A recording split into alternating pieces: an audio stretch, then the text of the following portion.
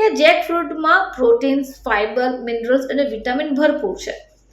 જો ખાસ કરી જમ્યા પછી વધતું ડાયાબિટીસને કંટ્રોલ કરવું હોય તો આ ફ્રૂટનો ઉપયોગ કરી શકાય. નમસ્કાર દર્શક મિત્રો, ખબર.com પરથી હું દ્રષ્ટિ આપ સૌનું સ્વાગત કરું છું.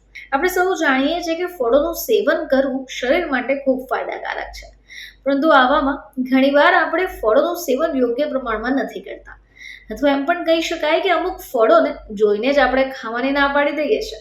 હવે ઘણીવાર આવા જ ફળો જેને આપણે નકારી દઈએ છીએ એમાં ઘણા બધા ફાયદા રહેલા છે. હવે આવામાંનો જ એક ફ્રૂટ કે જે લોકો ખાતા પહેલા વિચાર કરે છે, અને લગભગ ઘણા બધા લોકો આ ફ્રૂટને ખાવાનું જ પસંદ નથી કરતા. જો તમે પણ આમાંના એક છો તો આ સમાચાર તમારા માટે છે. આપણે વાત કરી રહ્યા છે ફણસની. મિત્રો, ગુજરાતીમાં એને ફણસ કહેવાય અને ઇંગ્લિશમાં જેકફ્રૂટ. હવે આ ફળ જે છે તે દુનિયામાં લાર્જેસ્ટ ફ્રૂટ તરીકે પણ ઓળખાય છે. હવે આ એક એવું ફળ છે જે ઝાડ ઉપરથી સૌથી મોડું આવતું હોય છે. એનું ઉત્પાદન સૌથી વધારે સાઉથ ઇન્ડિયામાં રહેલા અને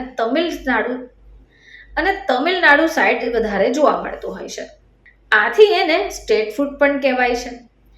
ફણસ અથવા જેકફ્રૂટમાં અનેક પ્રકારના રેસા અને પ્રોટીન છે જે આયુર્વેદિકની દ્રષ્ટિએ ખૂબ ઉપયોગી છે.